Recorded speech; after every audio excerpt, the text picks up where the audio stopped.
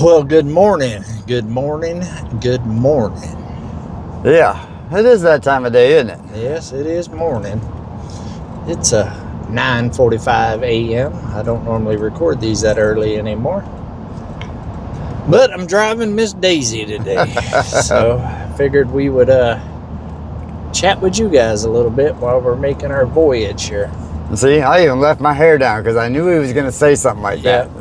Riding around, driving Fabio around and stuff like that. Yeah, I would have rolled, if it wouldn't have been so loud, I'd have rolled the window down a little bit so it could just like blow and have dramatic effect and stuff like that. Should have brought the blower in. Yeah. I don't have that problem. About the only thing I blow is my beard. See, I can grow it up here, but I can't grow it here. Yeah. Yeah. So, taking old Gumby to the doctor today. I personally don't think they're going to be able to fix him. I think he's got problems that just can't be fixed. Yeah, we're going to go, nah, can't help you. I told him he's going to the wrong doctor. He needs to go to one where he lays on a couch. But he said he had to go to this one. So we're going to take him there. Yeah, VA is requiring a physical evaluation. Yeah. And I'm still going to go in there and they're going to go, yep, we still can't fix you. No, unfixable. I've been working my booty off, guys. That's why I didn't put a video out yesterday. I literally didn't get done last night until about 9:30 at night. Matter of fact, I didn't leave HQ last night until dark. Yeah, it was almost 8 o'clock. And then I still had to go home and do chores and all of that. I've been whooped. I've been working around the clock trying to get everything done that I got going. Y'all see here soon. Tomorrow's video is going to be on the main channel. The shed move. It's the big time, y'all. Yeah, that was crazy, guys. It was definitely interesting. I loved it. that was crazy. I definitely come up with some wild ideas sometimes. But you know, we worked so well together, y'all. Wait till you see it. It was just so cool how smooth it went. Yeah, love it when a plan comes together. It literally, because we talked about it quite a bit before the move or whatever, it went exactly like I said. Like, yeah, exactly. To the T. Like, in fact, even a little bit less than what we had talked about because it was, we thought we were going to have to shift around and maneuver around and reset like a bunch more times than we actually did. It worked out very well. Yeah, it was what's that saying? I love it when a plan comes together. Right? And that plan definitely came together smooth. Definitely came together. Basically, 2.5 days, guys, total. From raw woods to the shed being down there to it setting in its new home in 2.5 days. And which is one day with clearing trees, one day with prepping road, and about a half a day of moving the shed. And honestly, probably could have done that in about 2 hours. Yeah. Really, but we was talking and hanging out because we was all together and stuff like that. And we wasn't trying to kill ourselves or anything like that. We was trying to, take it easy. And huge thanks to Gary and Mel. Yeah. Gary was very instrumental in making that happen. Oh yeah.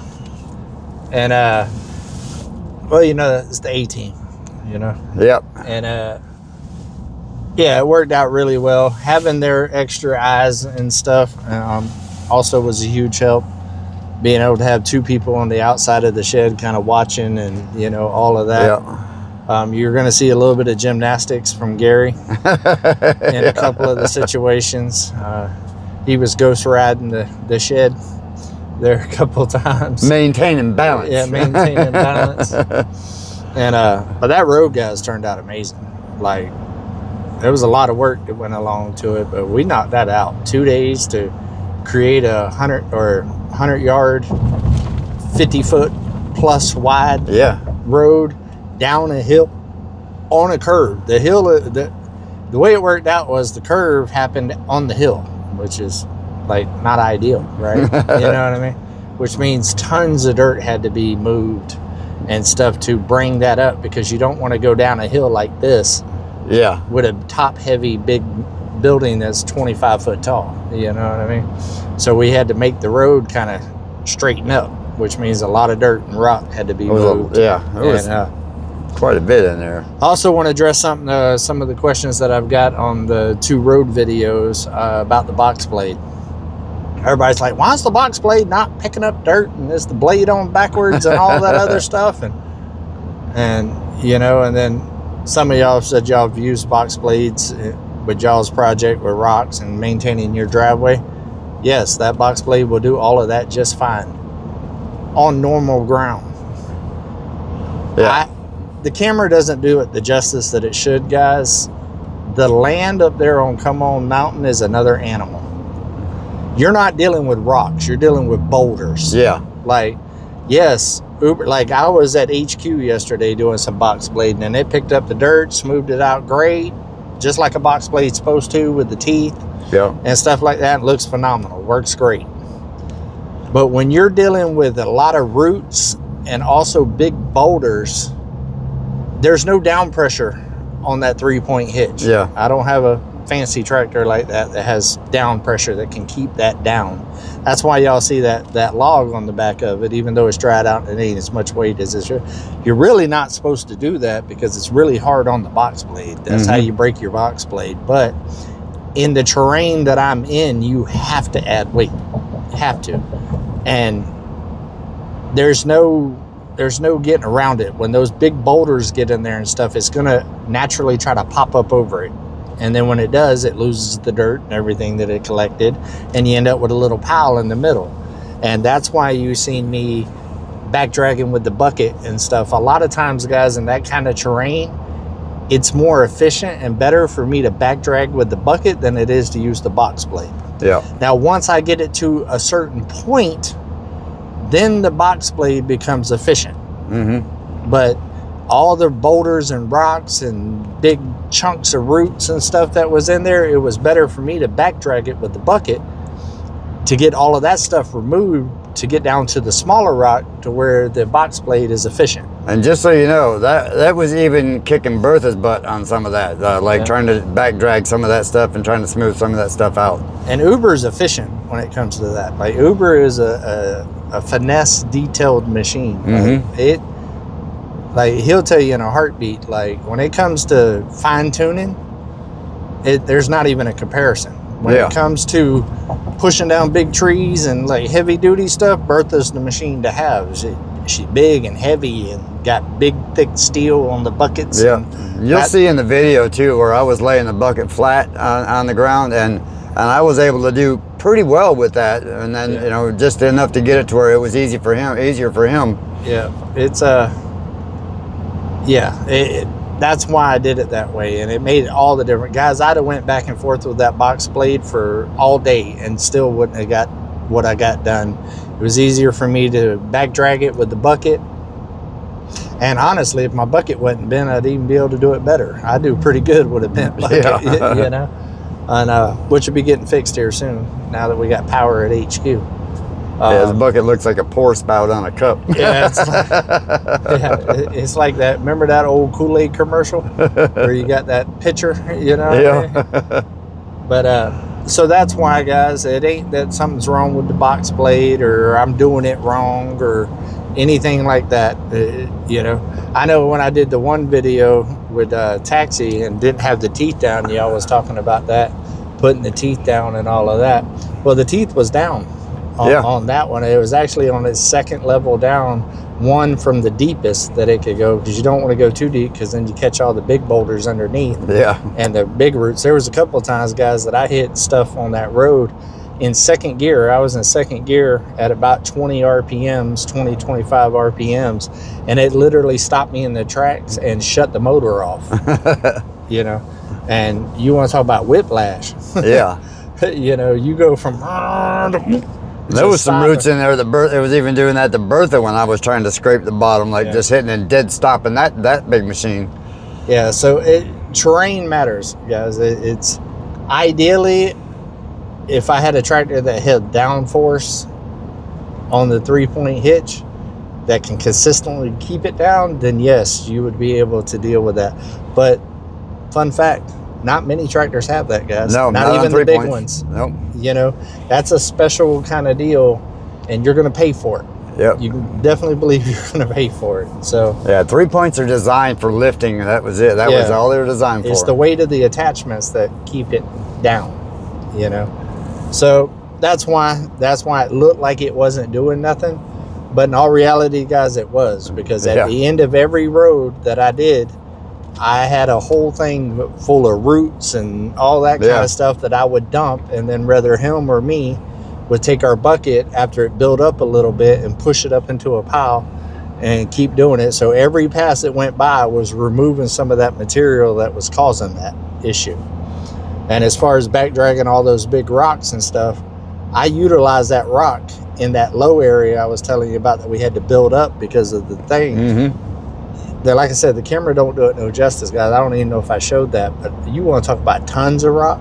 Right, I put tons of rock in there. So whenever later on, as it rains and packs down and rains and packs down, I'll have a really good base to actually bring in some finishing rock. Yeah, that'll lock it in good. To lock it down there. There's tons of rock in there.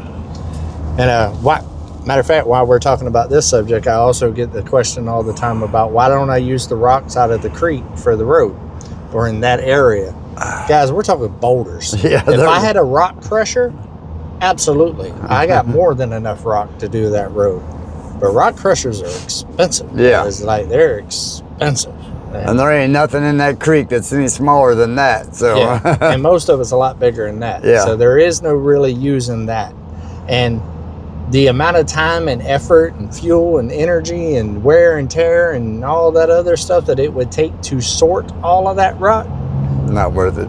It would take me 20 years to do that road. Yeah. Like, literally. Not to mention you'd wash that creek out real bad, and then it would be even worse than what it is. There's actually a rock pit out by that creek that I've got permission to actually utilize. But like I said, it's rocks that big and beyond, you know, and it's just not feasible. I wish I had like a pebble, like a, you know, like that type of rock, like somewhere. That would be cool. That'd be awesome, you know, but it's not that. It's boulders, guys. It's huge rocks, and some of them, guys, I'm telling you, y'all don't see all of them. Some of them's as big as the inside of this truck. Yeah. Like that's no joke. You will see them here soon because I'm going out of town this weekend, and then when I get back, I've actually got Uber over there at HQ right now with the box blade, the bucket, and the grapple. I'm actually going to be spending a day out there on Gumby's project where he just cleared and stuff because of that same thing. His box blade don't have the teeth. He just has the smooth. So being as I've already got the box blade on Uber, I'm going to go over there with the teeth to drop them down and try to rip all the roots and that type of stuff out of his area. There's not nowhere near as many rocks there, so it should do very well. And we're going to smooth out his area a little bit before I take Uber back to the mountain to start working on my road, because that's high on the list is the road. He's knocked it down a little bit with Bertha going out, and but right now honestly it's a mud pit because of that. So it needs to dry, and once it dries we'll be able to I'm hoping I can save my pennies, and once I get it leveled out, maybe bring 1 or 2 truckloads of rock in one particular section that's bad. Yeah, there was a couple of, like one of the sections where you see a lot of the mud. If you ever watch the videos going in there, you'll see a lot of the mud holes that just won't dry. I was coming out with Bertha the other day and hit one of them, and it made my bounce so hard that my drink come up out of the drink holder and went out the door. So that area there, I want to get smoothed out and go ahead and bring a couple of truckloads of rock in just to stop that from happening, because that's the worst section on the road. And if I can at least get some rock down, it'll keep it from washing out so bad. Yeah. Because no matter what, if a box blade and anything else, it rains, then it's going to dig ruts again. Unless I get some rock in there. So yeah, a lot more coming up, guys. We're just getting started. I know in the last 2.5 months, there's been a lot done, guys. A ton done. I mean, not only has HQ completely transformed, Actually, more happened yesterday at HQ that'll be coming out later on this week too that y'all ain't gonna believe. And but the fiber, the electric, the water, all of that, the shop clean out, all of that happened at HQ, plus the Mary property and all of that stuff got done. And then plus the road got cut, the building got moved. All of that's happened in the last 2.5 months. Yeah. It's been a jam-packed 2.5 months. And we got about the same amount of time before really winter sets in. So, did y'all see that big old house back there, guys? Wide load. So, I got some really big stuff coming up. Like, real big stuff, guys. So, subscribe, hit the notification bell on all the channels, because we ain't slowing down. we ain't slowing down a bit. I got a couple of trips I got to make. I got one this weekend, and then in 2 weeks got the trout fishing. And before I get a bunch of comments about that too, Gumby was invited to that. Yeah, I was invited, because when you don't go to places, I hear about it. Yeah, you know? Yeah. I just don't. You know, y'all just so you know, I am not a big gathering type of person. Like, you'll see me at, at some of the, the meetups and what have you like that. But I mean, for the most part, no, I am not a big gathering type of person. Like, I prefer very small groups, 2 or 3, 4 people at a time. And that's pretty much where I'm at. And like I said, me without a vehicle, like I can't. And I'm the same way with that. Like, I don't go places like that where I'm dependent on other people just in case something happens. Yeah. I like to be able to have an exit strategy. And I've always been that way. Yeah, I've always, you know. I got stranded once in Key West, y'all. Rode with a friend down there, and then him and her got into an argument and left me hanging down there. So, I had to figure out how to get from Key West back to Gainesville one time. I ain't doing that no more. Yeah. Did you show some leg? Yeah, I pretty much had to. That was the only way I was getting right out of there. These days, you don't want to do that. This world's done went crazy. Yeah. Back in the day, you could do that. These days, that's dangerous. And I have literally hitchhiked all around the United States, y'all. So, as a teenager, I literally looks went like a hitchhiker, don't he, guys? Yeah, I was all over. I wanted to see the world. I wanted to see the country, So I've done it out of necessity, like breaking down, right? And needing to ride to town or something like that. That's the only time I've ever hitchhiked. Oh, I did it just because I wanted to get out there and see it. I wanted to see it up close. I didn't want nothing to do with it. But you in a hurry? I'm going 65 miles per hour. Well, just head on. Yeah. Head on. So back in the day too, you could stop and actually help somebody like that. I've picked up hitchhikers before, but nowadays, I'm not gonna lie to you, I'm not picking nobody up. Man, back in the 70s, I've met so many cool people hitchhiking, like you just wouldn't believe. That's how I ended up in Key West. A couple picked me up and said, hey, we got to talking for a few minutes. And I said, well, why don't you just come to Key West and hang out with us for a while? Okay. Yeah. But nowadays you can't do that because you don't know who's sitting beside you. Yeah. So I hate it because I will stop if I see somebody broke down and help them. But if you're just walking down the street, there's a good chance I ain't gonna stop. Right. Like if you have an established car and I see you broke down and distressed, that's a different thing, and that's still risky. Yeah. But I normally have something on me to protect myself, so I don't sweat that too much. But yeah, you can't do that these days. But back in the day, if you've seen somebody like it, especially like living out like this, I grew up like this.